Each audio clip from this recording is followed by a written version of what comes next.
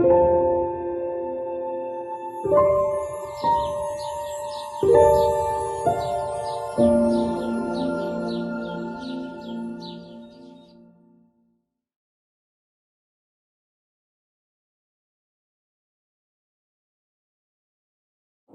vraiment un plaisir pour moi de partager avec vous la suite sur le féminisme radical. C'est aussi un plaisir parce qu'on a l'opportunité de se retrouver tous ensemble sur la plateforme et c'est vraiment une bénédiction de voir toute la francophonie réunie pour partager ensemble et pour apprendre le message. Donc c'est un honneur, c'est un plaisir pour moi d'être là avec vous aujourd'hui. Je vous propose donc de commencer ce moment par la prière. Je vais faire la prière.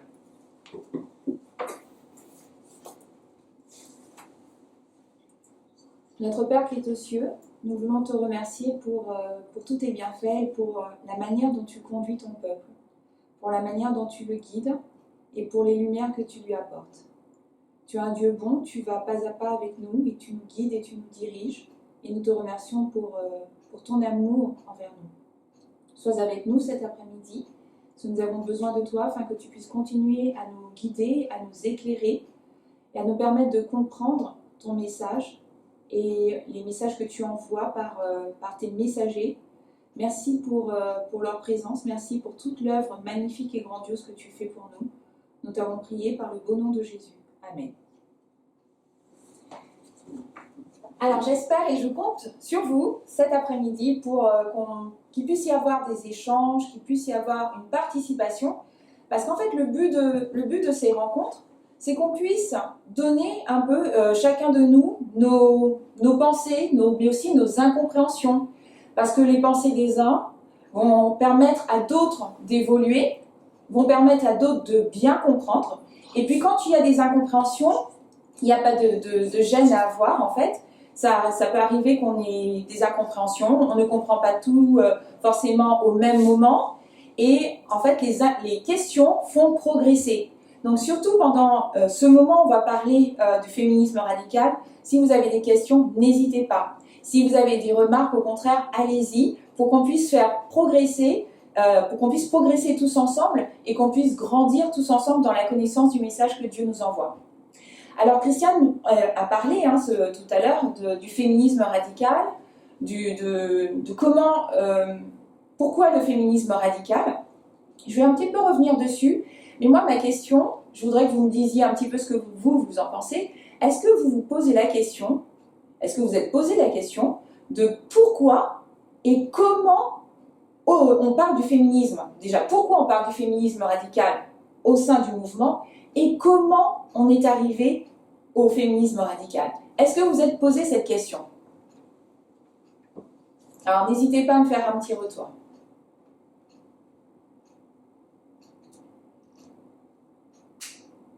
Est-ce que ça vous êtes pas posé la question pourquoi on parle du féminisme radical aujourd'hui au sein du mouvement?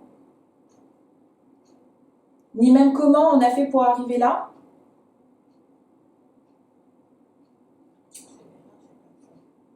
Alors, est-ce que vous entendez ce que je dis? Est-ce que vous m'entendez? David qui veut dire. Ok, David. Oui, alors, je pense que déjà une réponse qu'on a eue déjà dans la présentation initiale par rapport au sexisme, c'est Johanna, je crois, qui a donné la réponse. D'abord, il fallait contrepoids au sexisme qui est le contrepoids du sexisme. Donc le féminisme, c'est le contrepoids du sexisme. Donc on en est arrivé à en parler et à remonter dans le passé pour pouvoir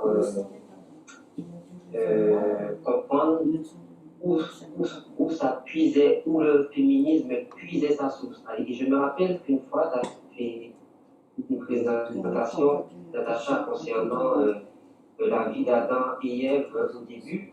Et c'est vrai qu'on peut se faire une idée édulcorée de ce qu'était la vie de Adam et Ève. Je pense qu'Ève a dû recevoir des remarques, mais je pense qu'Adam a dû recevoir aussi des remarques de Ève. Peut-être qu'Ève lui a dit, mais pourquoi t'as mangé, toi? Ben, je pense que c'était une sorte de ça commençait depuis la vie. Ok.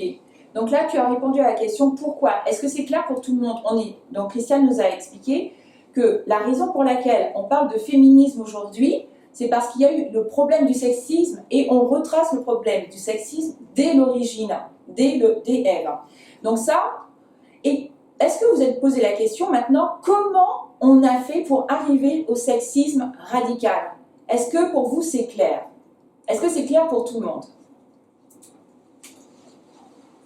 Au sexisme radical, Natacha t'a dit? Ouais, comment on a fait pour arriver pardon, merci pour la correction. Comment on a fait pour arriver au féminisme et au féminisme radical? Alors, moi, est-ce que vous pouvez me faire un petit retour? Comment on a fait pour arriver au féminisme?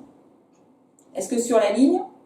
Alors, ce que je vous propose, puisqu'il n'y a pas de retour, on va travailler ensemble sur la ligne. On va d'abord tracer. Déjà, tu as dit, c'est la réponse au patriarcat. D'accord, ok. La réponse au patriarcat. Donc là, je vais tracer la ligne des prêtres. Et j'aurai besoin de vous pour tracer la ligne des prêtres. Donc les dates. C'est un peu lui, mais pas super. C'est fort. 1989. Donc on a 1989. Ensuite. Le 9-11. Ok. Ensuite, vas-y. 2014. D'accord. 2019. Ok. Et 2021. Ok.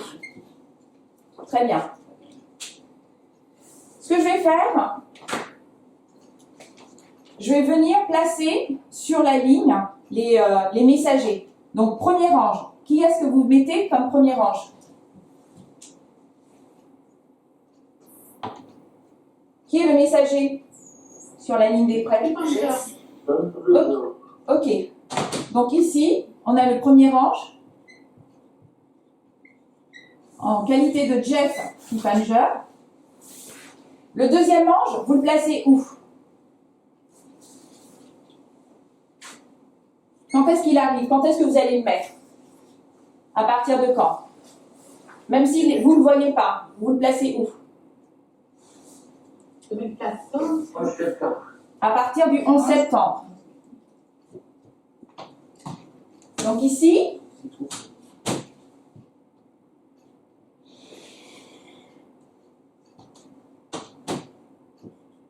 on va placer le deuxième ange en qualité de Parminder Beyond. Troisième ange, vous le placez où?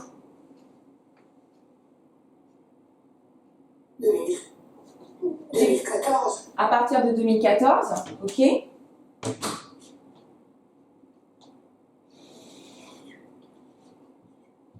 Voilà. Donc, troisième ange. Et là, on va mettre Tess Lambert. Quand le premier ange est venu, d'accord, il nous a apporté un message. Dans chaque balise, dans chaque ligne, la ligne est structurée de telle sorte à ce que vous ayez un accroissement de la connaissance et une formalisation. C'est-à-dire que Dieu, au travers de cette ligne de réforme, qui est la ligne à laquelle il va nous apporter des messages pour pouvoir restaurer son peuple et donc le sauver, il va permettre que dans le processus qu'il y a entre les deux balises, il y ait un message qui soit décelé. Et ce message, il va grandir au fur et à mesure. Mais pendant cette période, le message va venir tester les personnes, donc le peuple de Dieu, pour savoir s'ils continuent ou pas, et s'ils adhèrent, s'ils pensent, s'ils croient, s'ils se laissent changer par le message. Donc quand l'ancien Jeff arrive, il arrive donc avec un message au niveau de l'accroissement de la connaissance, d'accord? Et le message va être formalisé. Donc là, on a pour habitude de mettre les lignes de réforme, et puis le livre, le temps de la fin.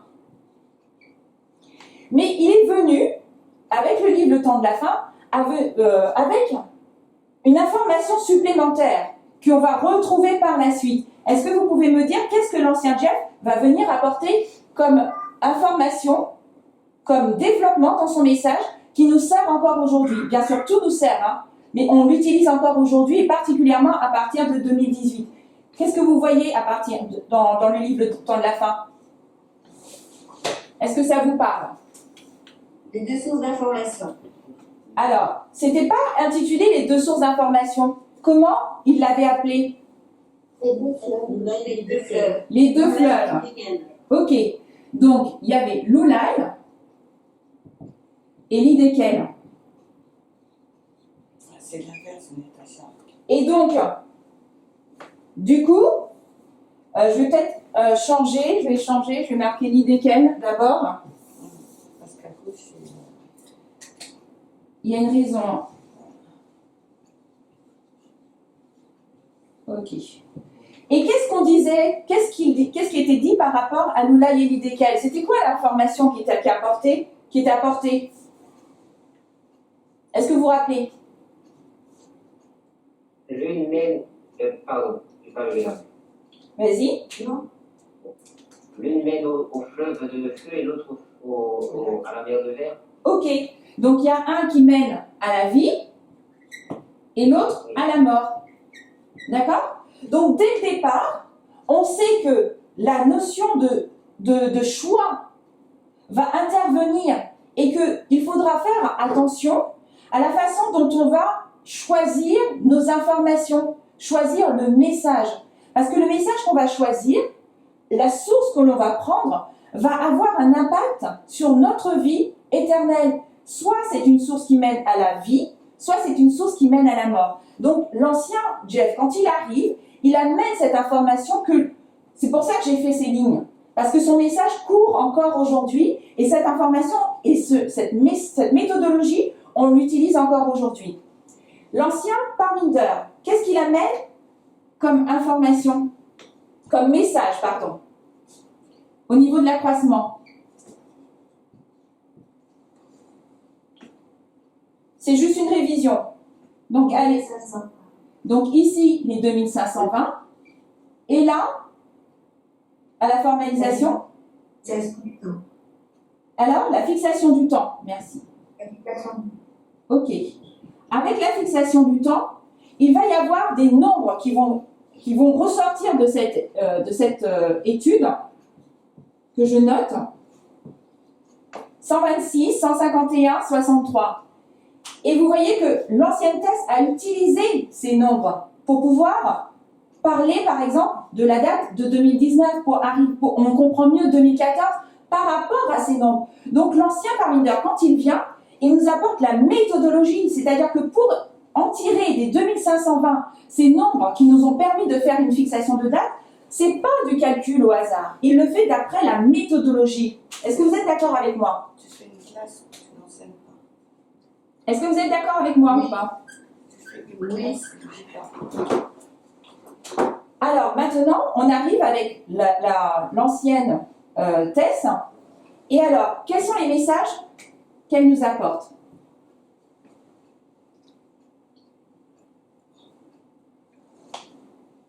Je ne vous ai pas donné les dates. Alors, à l'accroissement, il y a acte 27. Et ensuite, à la formalisation. On l'a vu avec Christiane. J'ai pas entendu? L'égalité. Alors, il y a l'égalité que je vais placer un peu plus loin. On va le mettre, l'égalité, même s'il a été plutôt ramené en 2019. Mais je vais le mettre, égalité. Et qu'est-ce qu'elle nous apporte encore comme information? Comme message? Qu'est-ce qu'elle nous avait apporté? On l'a vu tout à l'heure avec Christiane. Les deux sources d'information. Les deux sources d'information. Alors, quand elle est arrivée, qu'elle nous a donné les deux sources d'information, quels sont les éléments que l'on met ou que l'on mettait sous les deux sources d'information? CNN et Fox News. Alors, on mettait Fox News et CNN. D'accord? Quand je dis ça, ça vous fait penser à quoi? Il y a un qui dit la vérité, l'autre fait mensonge. Donc, alors, toi tu me dis, donc je note ce que tu mets. Il y a un qui va dire le mensonge. C'est lequel qui va dire le mensonge? Ok. Donc le mensonge et l'autre vérité. Qu'est-ce que vous voulez? Qu'est-ce qu'on rajoutait encore?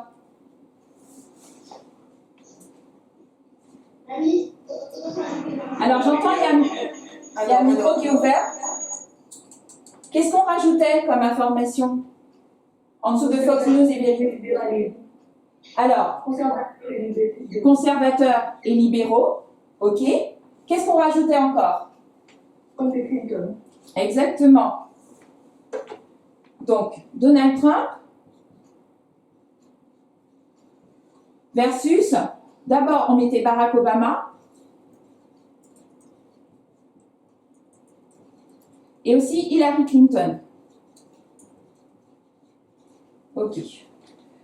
Donc là, on part avec les deux sources d'information et des deux sources d'information, elles nous amènent à comprendre que en fonction de la source dans laquelle on va s'alimenter, c'est-à-dire chercher nos informations, en fonction de ça, la destinée n'est pas la même, la compréhension n'est pas la même.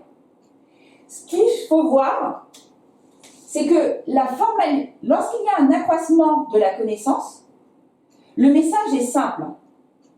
Arrivé à la formalisation, le message se complexifie. Vous êtes d'accord avec moi ou pas? Oui. Alors, est-ce que quelqu'un peut me dire pourquoi ça se complexifie quand je dis ça?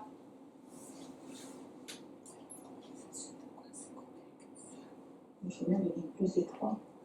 J'ai entendu le chemin devient plus étroit. Plus étroit, c'est ce que je dis. D'accord. Plus étroit. Alors, tu vois donc le chemin qui s'emmène à un changement. Ok. Alors, Colette dit test. Donc là, Colette, tu ramènes la notion de test. Ok. Et donc là, ce qu'on peut rajouter aussi, la notion de porte fermée. Mais elle apparaît aussi à chaque balise. Ici, là. Voilà. À chaque fin de dispensation. Vous êtes d'accord? Claudine dit il faut se positionner, David et Denis dit positionnement, et Sophie dit c'est pratique, nécessité de changement. Ok. Donc là, il y a un choix à faire sur le message sur lequel il y a eu un accroissement de la connaissance, et ça nécessite un changement, et ce changement d'état d'esprit, de comportement, est important pour que l'on puisse continuer dans l'autre dispensation. Est-ce que vous voyez ce que je veux dire? Si je n'accepte pas le message de l'égalité, si je ne le comprends pas, mais pour dire comprendre, c'est pas avoir des incompréhensions, c'est chercher à comprendre le message. Parce que le message arrive, j'ai une démarche aussi à faire. Je dois chercher à le comprendre pour pouvoir travailler dessus et l'accepter. Donc là, ce message qui arrive au niveau des deux sources d'information me permet de comprendre que, attention à la source dans laquelle je vais chercher mes informations, parce que quand je regarde au comportement de Donald Trump ou d'Hillary Clinton, eh bien, je vois que ça me fait pencher soit sur un comportement qui est plus conservateur, soit sur un comportement qui est plus libéral. Et donc, par rapport à cela, on voit qu'au départ, eh bien, c'est exactement le message qui nous est donné dès le départ, c'est-à-dire que l'idéal, c'est la source qui mène à la mort, et l'oulaï, c'est la source qui mène à la vie. Donc, on comprend que quand un message arrive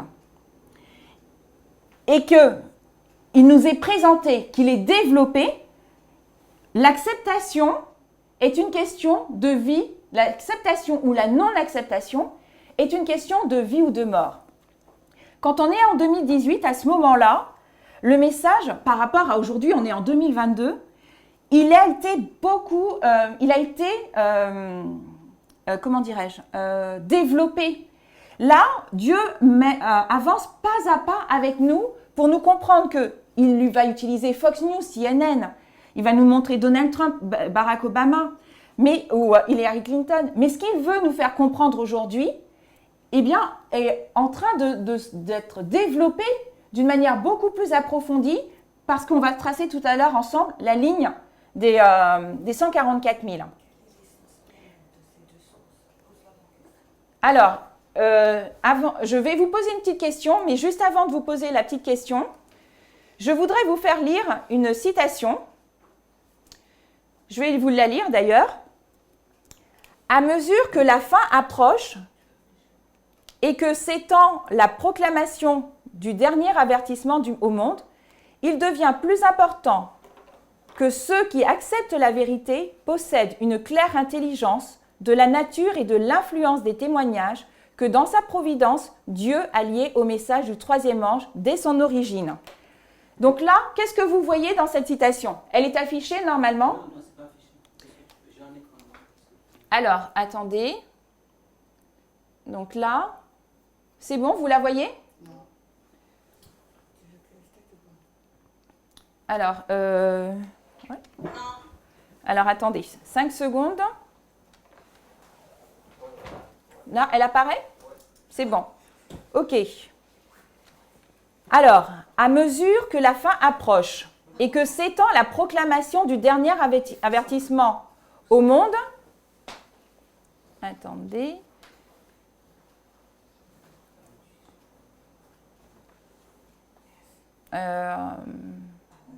Moi, je ne vois pas comment je pourrais centrer. 5 secondes, c'est bon comme ça? Parce que là, à mesure que la fin approche et que s'étend la proclamation du dernier avertissement au monde, il devient plus important que ceux qui acceptent la vérité possèdent une claire intelligence de la nature et de l'influence des témoignages que dans sa providence, Dieu a lié au message du troisième ange dès son origine. Alors, qu'est-ce que vous voyez d'important dans la citation? Qu'est-ce que vous relevez?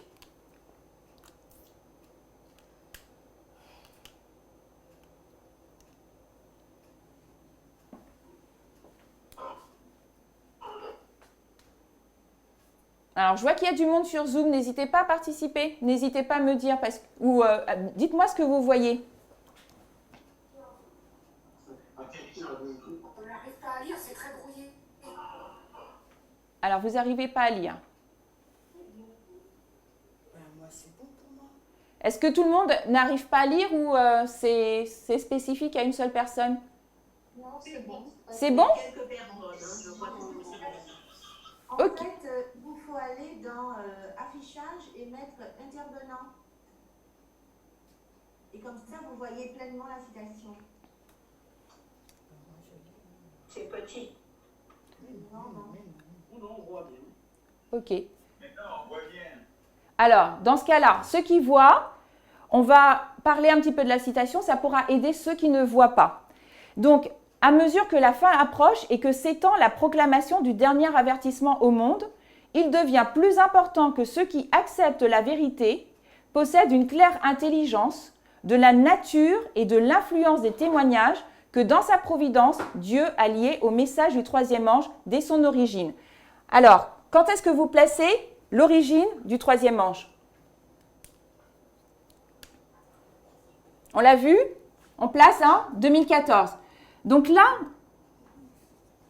il y a comme un point tournant. Parce que le message du troisième ange va venir nous amener jusqu'au bout. C'est ce message-là qu'il faut faire attention. Je ne dis pas qu'il ne faut pas tenir compte des autres. Mais le message du troisième ange, eh bien, si nous acceptons, et je pense que nous tous qui sommes sur la plateforme, nous acceptons la vérité. Et nous devons avoir donc une claire intelligence des messages, des témoignages qui sont rattachés au message du troisième ange. Je vais vous mettre une autre citation que vous connaissez. Voilà. Et cette citation, on l'utilise souvent pour montrer qu'on doit tenir compte du message qui nous est donné aujourd'hui et on doit le comprendre. Pourquoi? Parce que derrière eux, au début du sentier, il y avait une lumière brillante que l'ange me dit être le cri de minuit. Cette lumière éclairait le sentier dans toute sa longueur pour que leurs pieds ne s'achoppent pas. Jésus marchait à leur tête pour les guider et tant qu'ils fixaient les regards sur lui, ils étaient en sécurité. Donc on place le cri de minuit ici. Ce cri de minuit, avec ce message qu'on a vu dans l'autre citation, il nous faut comprendre ce message. Il nous faut le comprendre, l'accepter. Pourquoi? Parce que c'est ce message qui nous conduit jusqu'au second retour. Je vais tracer la ligne des 144 000 juste avant qu'on arrive dans l'autre dispensation.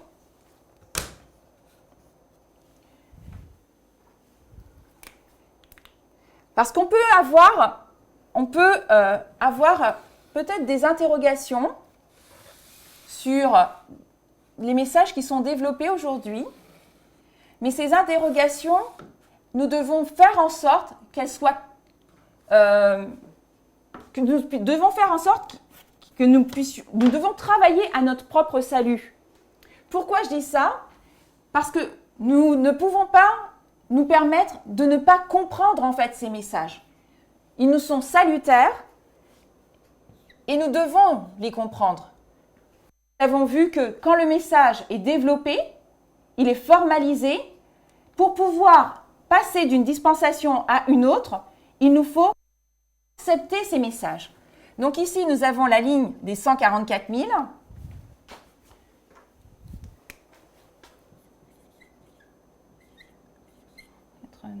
Le 11 septembre. La prochaine, la LD.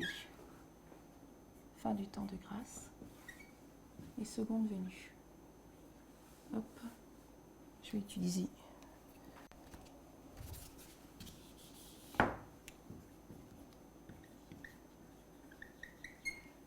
Voilà.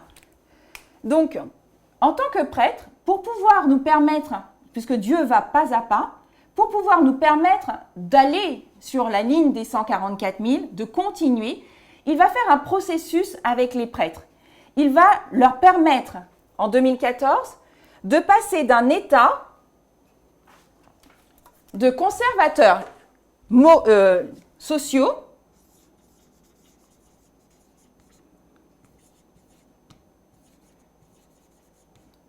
à libéraux sociaux, avec le message qui est apporté.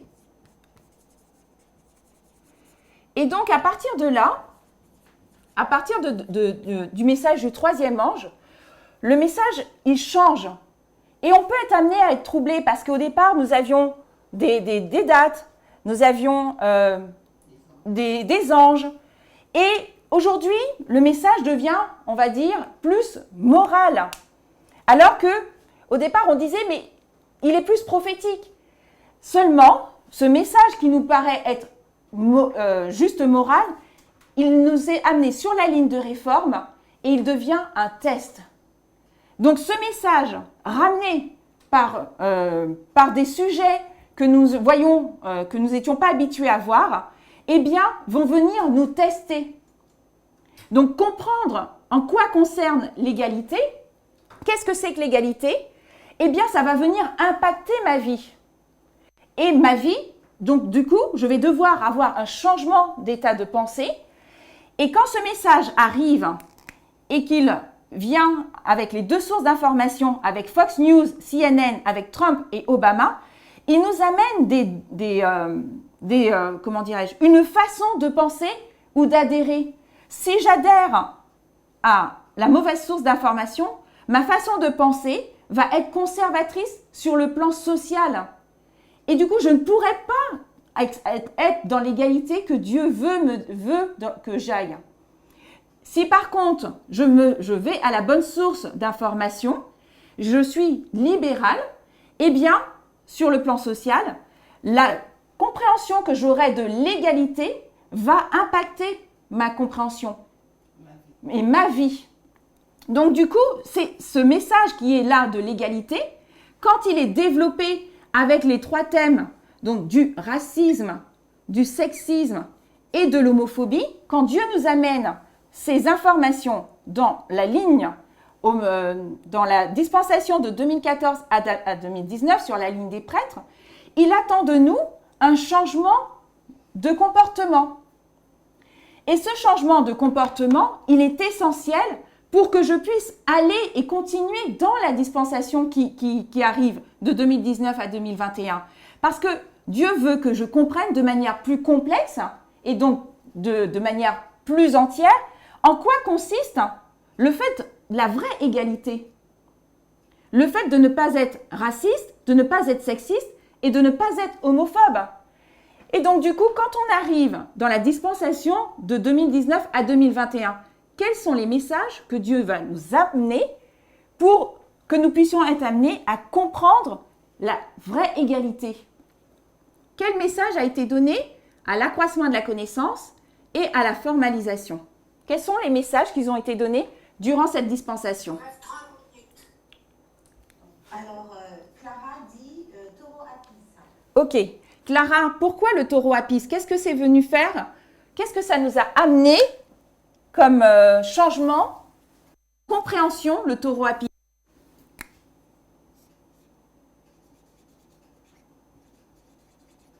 Clara ou quelqu'un d'autre?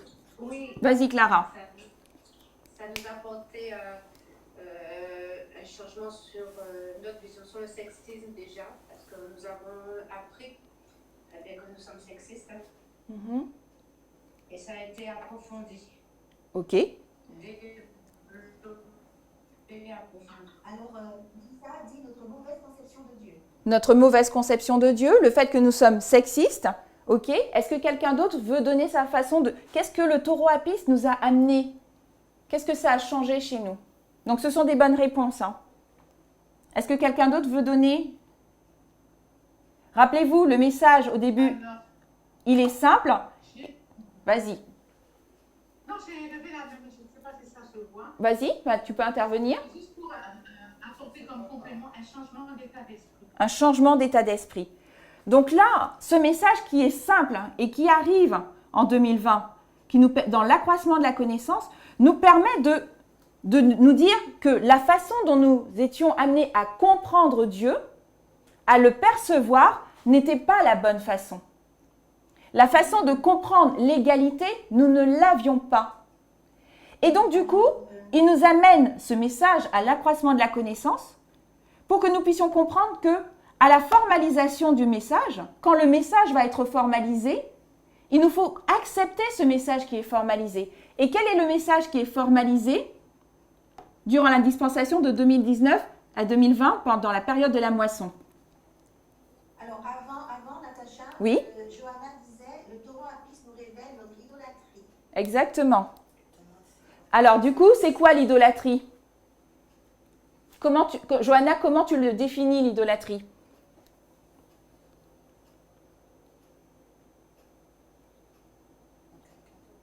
Ou quelqu'un d'autre, comment vous définissez l'idolâtrie? C'est une forme d'adoration. Une fausse adoration? Une forme d'adoration. Une forme d'adoration? Est-ce que tu peux préciser ta réponse? Ça veut dire quoi, une forme d'adoration?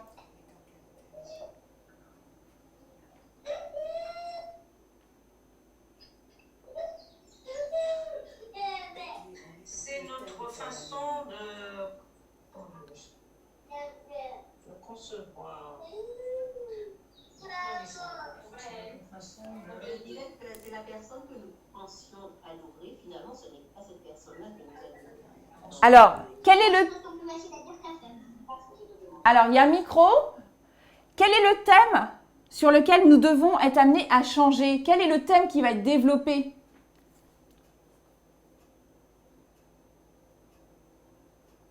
Frère, je peux? Oui? Le premier, le monsieur qui a parlé, a dit fausse adoration. Il a fait un lapsus et après il a dit, qu'est-ce qu'il a dit? Bon, moi je pense que ce qui veut, on change d'une fausse adoration à une vraie adoration. En fait, le taureau apis, lorsqu'on voit l'origine du taureau apis, c'est le veau d'or. Ils sortent de l'Égypte, ils croient rendre culte à l'Éternel. Ils disent que c'est l'Éternel, mais en fait ils ne se rendent même pas compte que c'est une fausse adoration. adoration à l'éternel qui compte. Donc on passe d'une fausse adoration à une vraie adoration, à connaître le vrai caractère de Dieu. Et sur notre ligne. Et du coup, l'application pour nous. Il est dit là, adoration en dehors du vrai Dieu.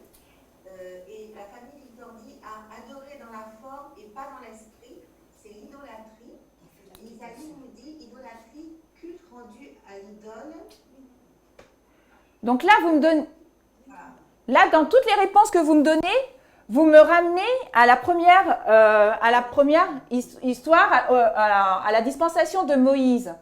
Mais pour nous, là, aujourd'hui, on est revenu sur la ligne des prêtres. On a vu qu'il y a deux sources d'information dès le départ. Une qui mène à la vie, une qui mène à la mort. On a vu qu'il nous fallait une méthodologie. Ensuite, on arrive, il y a un point tournant. On passe d'un état de conservateurs sociaux à libéraux sociaux. Cette égalité, nous devons la comprendre et nous devons la mettre, du coup, en pratique dans nos vies. Du coup, quand on arrive au taureau Apis, c'est quoi l'application pour nous? L'application concernant l'idolâtrie. Je voulais dire, Natacha, par rapport à la question de la connaissance, quand on a parlé de la mauvaise conception de Dieu, on a été amené à regarder la nature de Dieu, et on a vu que Dieu n'était pas genré en fait, et ça nous a conduit par la suite à formaliser le mariage homosexuel. Je vais dire rapidement, mais on a fait toute une guerre par rapport à ça. Donc là, Marilène, c'est bien ce que tu me dis, mais est-ce que tu peux rentrer un petit peu plus dans les détails? Tu vas sauter des étapes, donc rentre un petit peu plus dans les détails. Donc tu amènes la notion du genre. Plus dans les détails. On est dans quel thème? Dans le mariage homosexuel? Dans le féminisme, pardon. J'ai pas compris ce que tu m'as dit. Je ne comprends pas la question en fait. En fait, ici, là, quand on arrive dans la dispensation de 2014 à 2019, avec comme formalisation l'égalité, les deux sources d'information. On voit qu'il y a la notion du racisme, du sexisme, de l'homophobie. Dieu nous permet, on sent comprendre réellement l'égalité, d'accord? On ne peut pas passer à la dispensation, suivante. Donc Dieu va nous ramener, donc tu nous as dit, il nous a permis de comprendre qu'il n'était pas genré, qu'on avait une fausse idée, une fausse adoration. Vous avez ramené ces informations. Qu'est-ce qu'on peut ramener par rapport au thème de l'égalité? Alors, Natacha, il faut que je te lise les réponses qui sont données. Vas-y. Alors, Christina qui dit on gardait l'esprit du protestantisme. Donc, Ensuite, Johanna qui dit adoration par la forme et par l'esprit, ça on l'a dit tout à l'heure. Mélissa, nous aussi, Oméga Israël moderne, nous avons une mauvaise compréhension de la nature de Dieu. Et enfin, Albert Nazaire qui dit la forme a disparu maintenant, il nous faut délaisser le mauvais état d'esprit. Ok. Donc, merci pour vos réponses. Donc, en effet, tout ce que vous avez apporté comme information, ce sont des bonnes réponses. Ça nous permet de comprendre que, en effet, la conception que nous avions de Dieu sur la notion du genre, sur la notion de l'égalité, nous ne la... Et la nature de son caractère, nous ne le percevions pas. Donc Dieu veut nous amener à comprendre qui il est réellement en nous faisant comprendre que par le message du taureau Apis, que nous ne comprenons pas le caractère de Dieu. Et donc du coup, on arrive à la formalisation. Quel est le message qui est formalisé?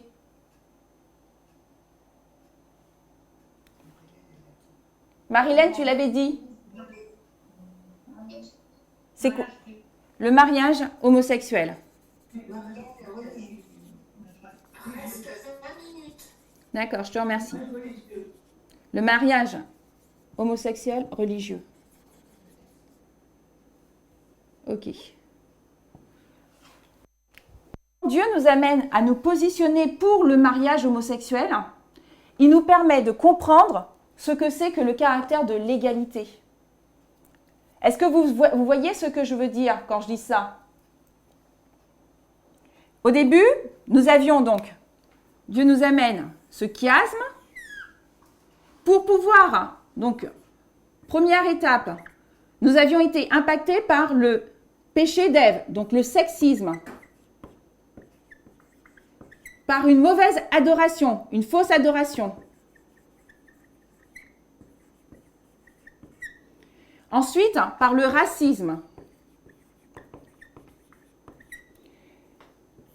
Ici, il nous restaure dans la dispensation de 1798-1844. Nous permet de, ce problème du racisme a été restauré. Ensuite, on va même ramener jusqu'à 1865. Ici, en 1888, il nous permet de comprendre la vraie adoration. Et ici, il va venir régler ce problème du sexisme en nous permettant de comprendre le vrai caractère de l'égalité. Et donc, du coup, donc ici, quand il va amener ce caractère de l'égalité, d'accord, il nous amène des éléments qui nous permettent de comprendre en quoi consiste la vraie égalité. Et quand on comprend le mariage homosexuel sur la notion d'égalité de droit, c'est-à-dire que ceux qui se positionnent, ceux qui voudraient se marier, ils bénéficient des mêmes droits. Et nous devons comprendre que nous ne pouvons pas empêcher cette notion d'égalité. Nous devons comprendre vraiment ce que c'est que la notion d'égalité. Pourquoi ? Pourquoi ? Parce qu'ici, nous pourrions être amenés à nous dire, attention, moi je peux me dire que, ok, ils sont égaux, donc moi je vais apporter le caractère de l'égalité sur le mariage homosexuel. Et puis moi je vais me dire, il peut y avoir du moins une autre voix qui va dire, mais moi en fait compte, par rapport au mariage homosexuel, eh bien je suis libre de penser différemment. Et je pense que la façon dont je ne sais pas comment expliquer les choses, mais la notion, ce que je veux ramener ici, c'est cette notion de liberté. Liberté par rapport à l'égalité. Et c'est ça que l'ancienne thèse est en train de développer aujourd'hui. Cette notion de choix, soit je me penche sur l'égalité des droits, ou soit je me penche sur la liberté, c'est-à-dire mon choix d'agir comme je veux, mon choix de décider de ce que je veux faire. Et cette notion de liberté et d'égalité, elle se retrouve dans la pensée du conservatisme, c'est-à-dire je ne suis pas pour l'égalité parce que j'ai le choix de penser autrement. J'ai cette liberté de penser autrement. Tandis que dans ce choix de l'égalité, quand Dieu nous amène l'égalité, les deux sources, il veut que l'on comprenne que nous devons comprendre qu'est-ce que c'est que justement ce terme-là, égalité. Parce que là, parce qu'il devient un test. La compréhension que nous devons avoir de ce mot égalité, il le ramène dans le test du mariage homosexuel. Est-ce que je vais me pencher plus pour l'égalité ou est-ce que je vais me pencher plus pour, attention, j'ai cette liberté de penser comme je veux. Donc quand Dieu... Oui ? Avant que tu ne continues peut-être, il y avait une question de Marie-Christine qui disait, par rapport, à un moment donné on a parlé d'idolâtrie et elle dit, donc qu'est-ce que l'idolâtrie pour nous ? Est-ce l'inégalité ? Tu n'as pas donné la réponse. Elle n'a pas bien compris la réponse. Qu'est-ce que l'idolâtrie ? Est-ce l'inégalité ? Alors, là ici, l'accroissement de la connaissance sur notre fausse conception de Dieu, c'est notre conservatisme. Et ça nous empêche de comprendre la nature du royaume de Dieu, le vrai caractère de Dieu. Et donc là, Dieu veut qu'on change. Vous vous rappelez ? Je vous ai dit qu'à partir de 2014, il y a eu un point tournant. On l'a vu vraiment à partir de 2018. Mais quand le message est arrivé, au cri de minuit. Mais là, il nous amenait déjà à nous permettre de comprendre, dans le message d'Acte 27 qui a été développé, cette nature qui n'est pas cette nature d'inégalité du roi du Nord et du roi du Sud. Au départ, le message, il arrive comme dans une graine. Tout est dans le message. Mais au fur et à mesure, le message, la graine pousse. Et elle porte des fruits, comment dirais-je, des branches. Et ensuite, ces branches, donc d'abord l'herbe, et ensuite la feuille, le fruit. Donc ici, et toutes ces feuilles que vous avez là, en fait, ce sont des aspects du message, mais que vous ne voyez pas au début, parce que tout est dans la graine. Mais quand on est aujourd'hui, le message d'Acte 27 arrive au cri de minuit, oui, on peut dire, avant le cri de minuit, ici, tout le message sur le caractère du roi du Nord, du roi du Sud, le caractère de l'égalité, tout est dans la graine. Et ça, ce sont des éléments que Dieu nous permet, avec point de départ, Acte 27, qui nous permettent d'arriver sur le mariage homosexuel. Quand on arrive à cette dispensation, puisque quand on prenait Daniel 11, 40 à 45, je vais vous mettre le verset, même si vous le connaissez. Au temps de la fin, ici, Daniel 11, c'est quelle partie ?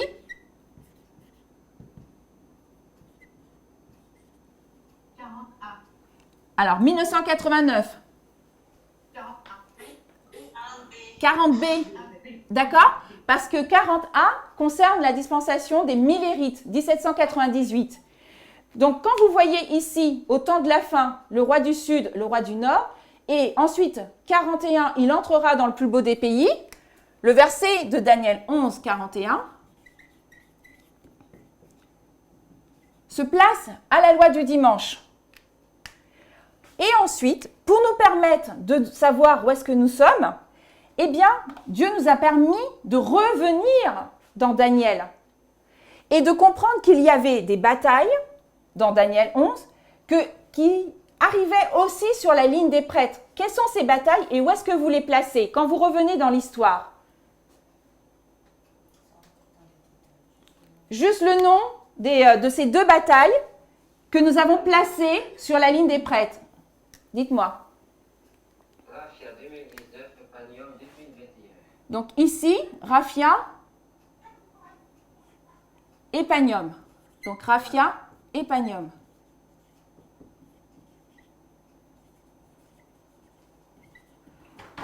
Quand on a fini tout ce processus et qu'on est d'accord avec tous les éléments qui ont été ramenés sur la ligne, eh bien, les prêtres sont formés sur le message de l'égalité. Ils commencent réellement, normalement, le processus de formation sur la notion de l'égalité. Ils ont achevé le travail qu'ils devaient faire pour commencer à comprendre le vrai caractère de Dieu. Et ceux qui n'acceptent pas le mariage homosexuel ne peuvent pas rejoindre la ligne des 144 000 qui a commencé dès le départ. Parce que la prochaine balise, c'est la loi du dimanche. Et la loi du dimanche, elle va venir nous tester sur, on l'a vu tout à l'heure, qu'elle va venir nous tester sur le message du troisième ange. Donc la notion de genre va venir tester. Si nous ne sommes pas au clair avec l'égalité, si nous ne sommes pas au clair avec le mariage homosexuel, nous ne pourrons pas réussir ce test à la loi du dimanche. Et donc, ici, Dieu nous a permis, par l'ancienne thèse, de comprendre que sur la ligne des 144 000, Raphia était la date, cette date, en 2019, était la date pour l'accroissement de l'accroissement de la connaissance, et que Panium était cette balise qui nous permettait de voir où nous sommes, c'est-à-dire à la formalisation du message.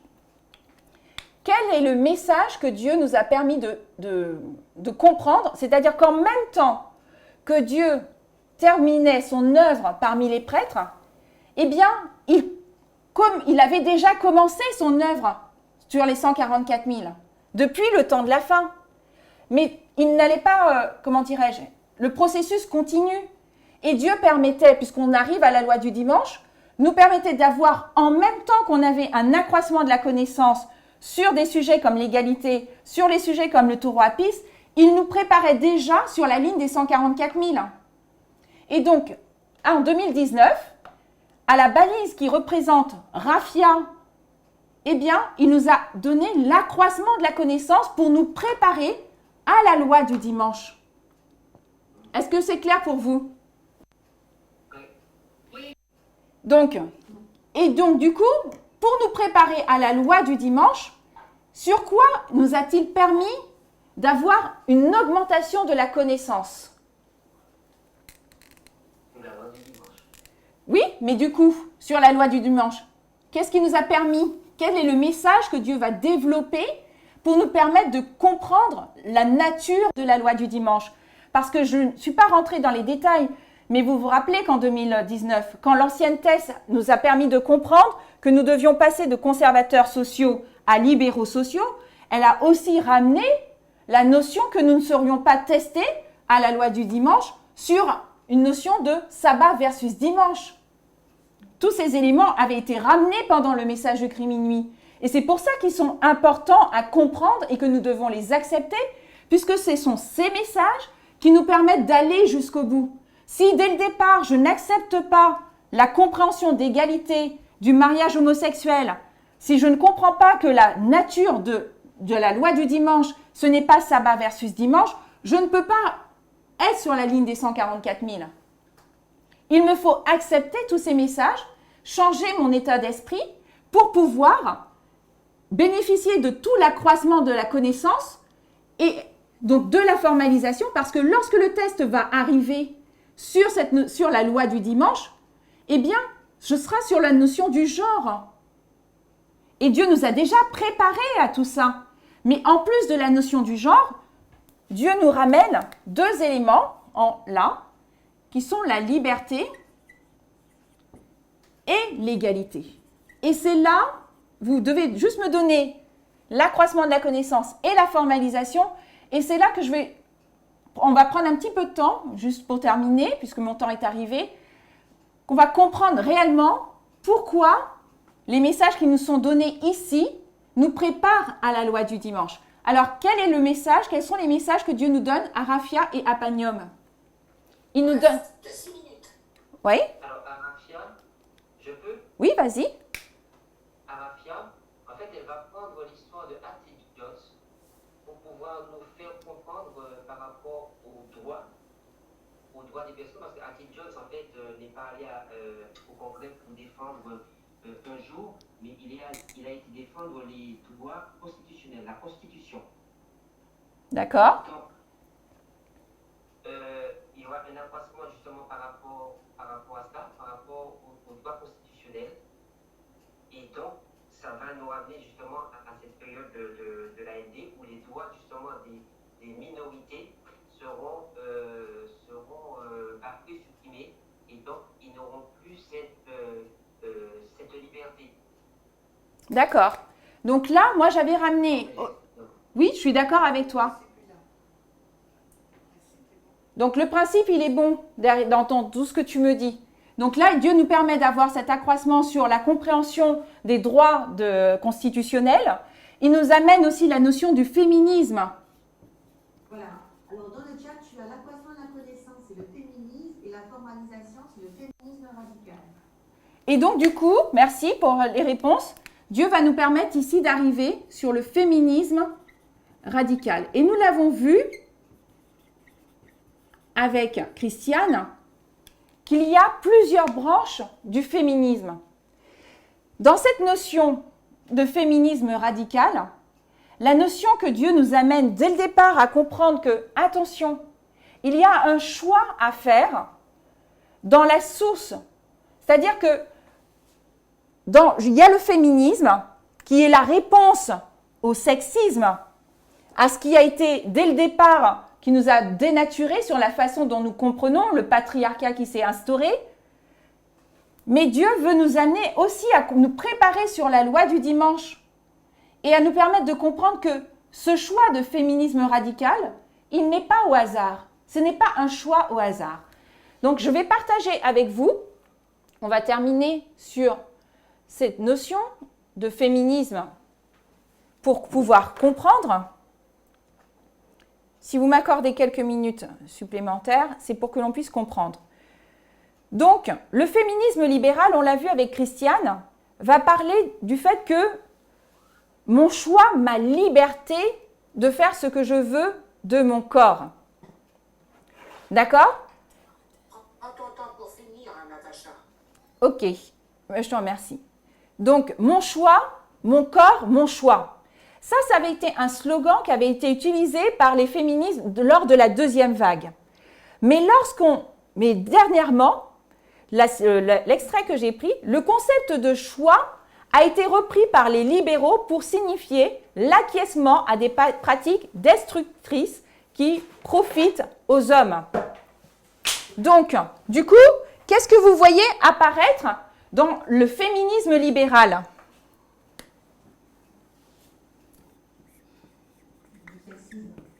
Donc, féminisme libéral. Donc, Muriel a dit du sexisme. Qu'est-ce que vous voyez apparaître?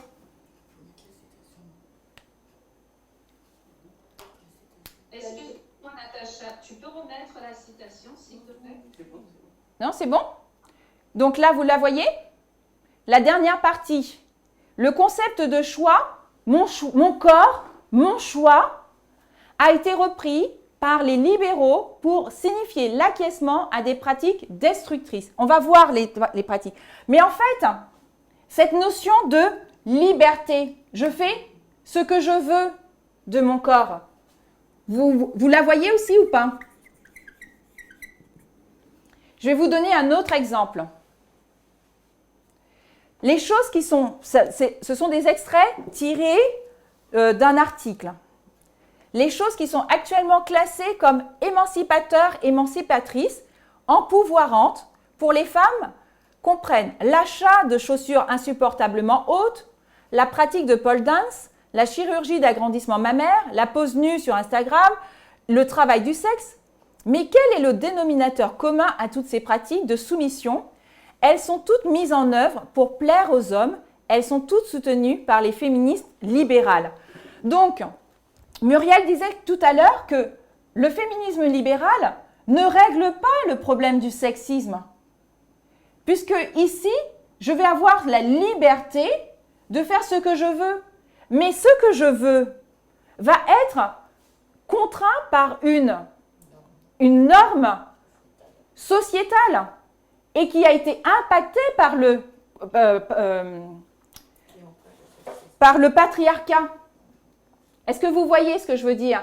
Donc, quand je vais arriver ici, quand Dieu ramène le féminisme, qui est la réponse au sexisme, eh bien, il nous permet de dire, il nous ramène la compréhension sur le féminisme, mais ensuite, il nous amène la notion de radical, c'est-à-dire à la racine. Parce que le féminisme libéral ne règle pas cette notion de sexisme et amène cette notion de liberté plutôt que de l'égalité. Donc, il y a plusieurs féminismes, mais en général, nous en prenons 3. Et il va y avoir aussi le féminisme culturel. Et on va voir si le féminisme culturel va répondre à la question du sexisme. Le féminisme culturel, c'est une variété de féminisme qui met l'accent sur les différences essentielles entre les hommes et les femmes, fondées sur les différences biologiques dans la capacité de reproduction. Le féminisme culturel attribue à ces différences de vertus distinctives et supérieures chez les femmes. Ce que les hommes partagent dans cette perspective fournit une base pour la fraternité ou l'unité, la solidarité et l'identité partagée. Ainsi, le féminisme culturel encourage également la construction d'une culture féminine commune. Est-ce que, quand vous lisez cette description, du féminisme culturel, est-ce qu'il vient rapporter une notion d'égalité? Est-ce que pour vous, il vient résoudre le problème?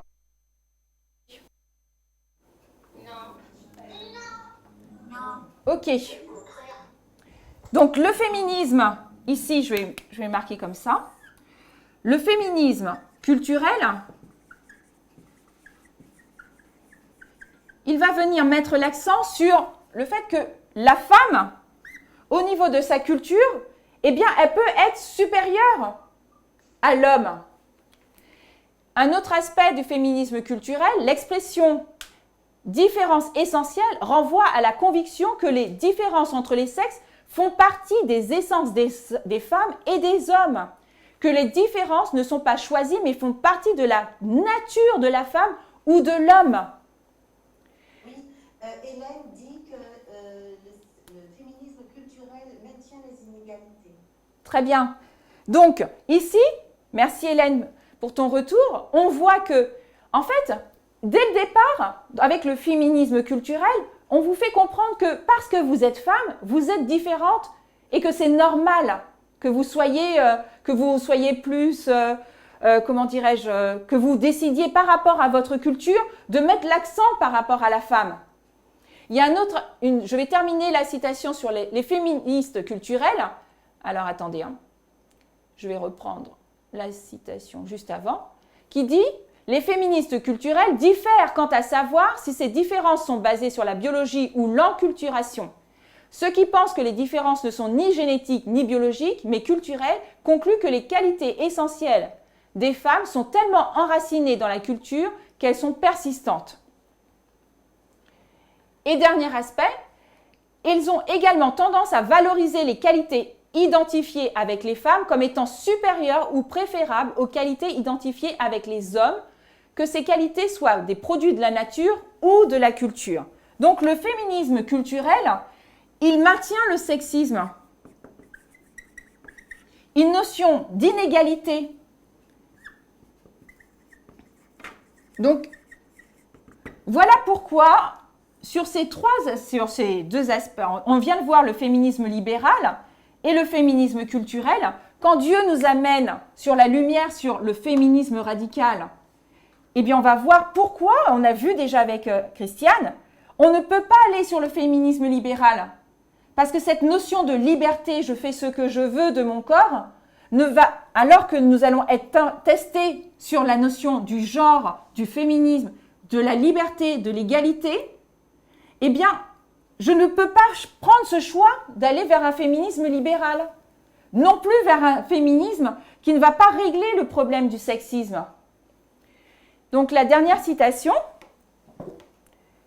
Donc, par rapport au féminisme radical, les définitions ont toutes eu le point commun suivant. Poser comme élément central que le genre est un système d'oppression et que les hommes et les femmes sont deux groupes socialement construits qui existent en raison précise de la relation des pouvoirs inégalitaires entre eux. De plus, ces définitions affirment toutes que le féminisme radical est radical parce qu'il remet en question toutes les relations de pouvoir, y compris les formes extrêmes comme la violence masculine, l'industrie du sexe. Donc, je ne lis pas ce qu'il y a entre parenthèses parce que c'est une lutte qui est très impopulaire et difficile à mener. Au lieu de s'en tenir à des ajustements périphériques à la question du genre, le féminisme radical s'attelle aux problèmes structurels qui la sous-entend. Donc, le féminisme radical va aller à la racine. Tout à l'heure, j'écoutais les réponses du cerveau rapide quand on disait féminisme radical. Et j'entendais féminisme de lutte, j'ai entendu progressiste, on a entendu extrémiste. Mais en fait, quand on utilise le terme radical, c'est parce que le féminisme radical va aller à la racine, va traiter la racine même du problème du patriarcat.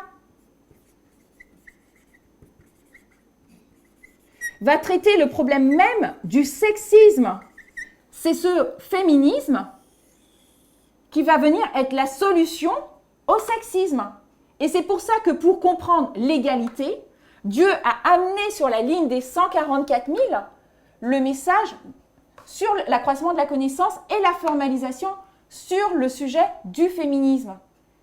Parce que pour que nous puissions comprendre l'égalité, le genre, les sujets comme le mariage homosexuel, il nous faut comprendre que c'est par un mouvement de lutte, par l'égalité, que nous devons, que nous devons passer. C'est ce mouvement féministe dont nous faisons partie, qui amène la vraie solution au problème du sexisme. Alors, je vais donc faire un récapitulatif de tout ce qu'on a vu. On a vu que Dieu, sur la ligne de réforme, nous a amené depuis 1989, depuis le temps de la fin, différents messages. Et dès le départ, il nous a permis de comprendre, de faire attention à nos sources d'information, de faire attention à notre choix, parce qu'il y a des choix qui mènent à la vie et des choix qui mènent à la mort. Il nous a permis de comprendre que pour arriver à cette compréhension, il nous fallait utiliser une méthodologie. Il nous a fait passer de conservateurs sociaux à libéraux sociaux. Et pour comprendre cela, il a utilisé des symboles, pas en utilisant au départ, puisqu'il fallait qu'ils nous permettent de comprendre de manière très facile, les symboles comme Fox News, CNN, comme conservateurs libéraux. Il nous a pris des personnes, Donald Trump, qui est l'incarnation du conservatisme, pour nous montrer à quoi ressemble ce conservatisme social. Quelles sont les conséquences d'aller dans un choix pareil?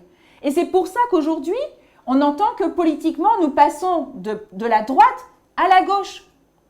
Il nous permet de comprendre, il nous a amenés et nous a ouvert les yeux sur notre racisme, sur notre sexisme et sur le fait que nous étions homophobes, que nous n'agissions pas avec égalité. Et pour nous permettre de comprendre notre conservatisme, il nous a permis de comprendre le taureau apis, notre fausse conception, notre fausse adoration.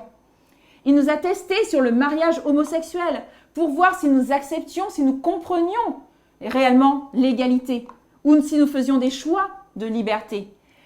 Ensuite, sur cette ligne de 144 000, pour nous préparer à la loi du dimanche, il faut que nous comprenions que ce message qui est arrivé à Pagnum, il y a une question de vie ou de mort. Je ne peux pas décider de prendre un féminisme libéral, dire je fais ce que je veux de mon corps.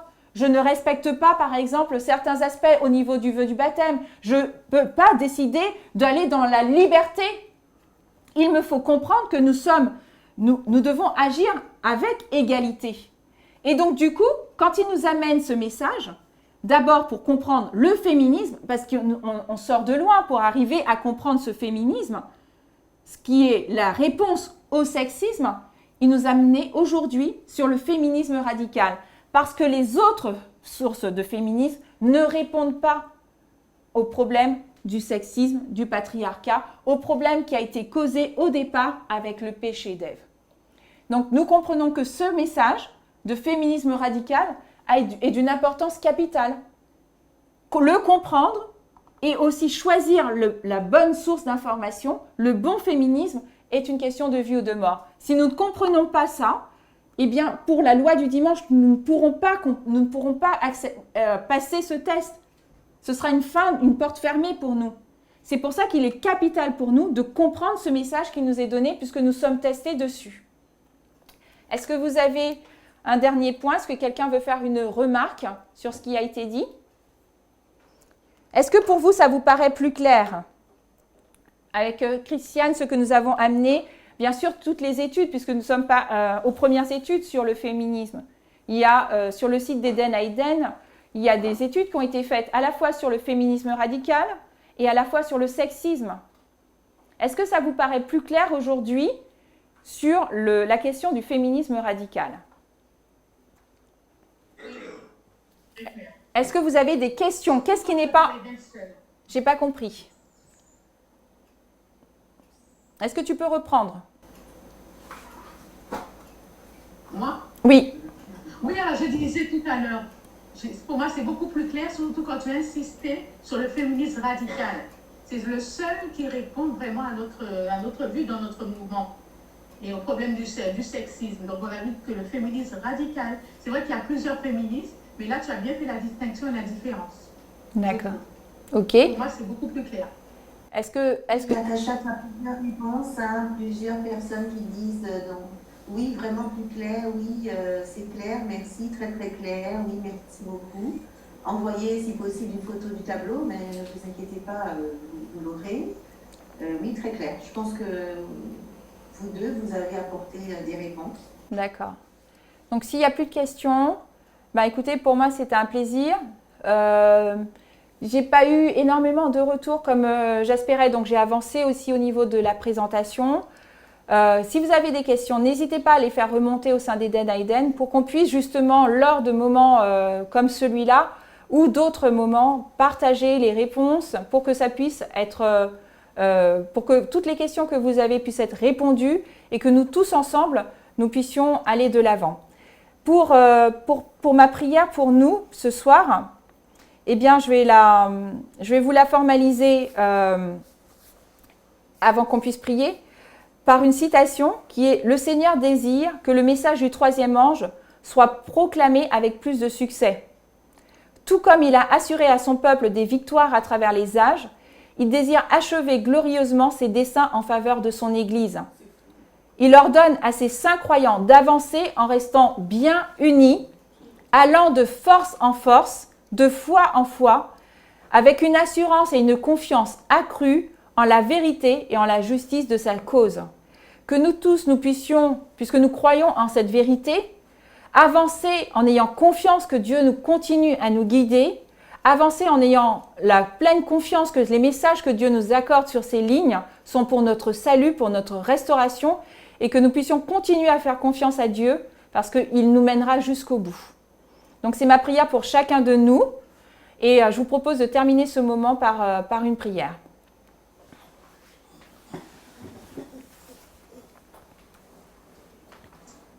Notre Père qui est aux cieux, nous voulons te remercier pour ces moments que tu nous permets d'avoir avec la francophonie. Je te prie afin que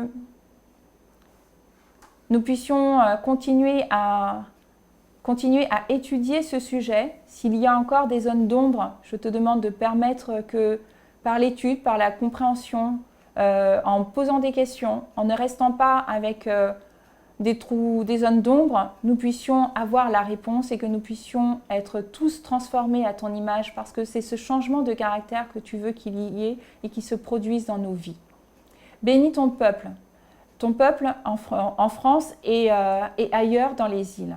Bénis-le afin qu'il puisse continuer à grandir. Bénis-le afin que nous puissions être bénis par les messages qui nous arrivent et que nous puissions tous les comprendre. Merci pour l'œuvre formidable que tu fais en France, dans le peuple français. Merci parce que, Seigneur Dieu, nous sommes là et que nous avons envie d'avancer tous ensemble. Que tu puisses nous bénir, chacun de nous, nos familles respectives, et que nous tous, nous puissions avoir la force, le courage de continuer sur cette ligne et que nous puissions avoir foi que tu continues et que tu guides ton peuple vers une restauration complète. Merci pour tout ce que tu fais, merci pour cette journée de sabbat, d'en bénir ceux qui sont encore dans ce sabbat et accompagne-nous, nous tous qui commençons une nouvelle semaine, au nom de Jésus-Christ. Amen.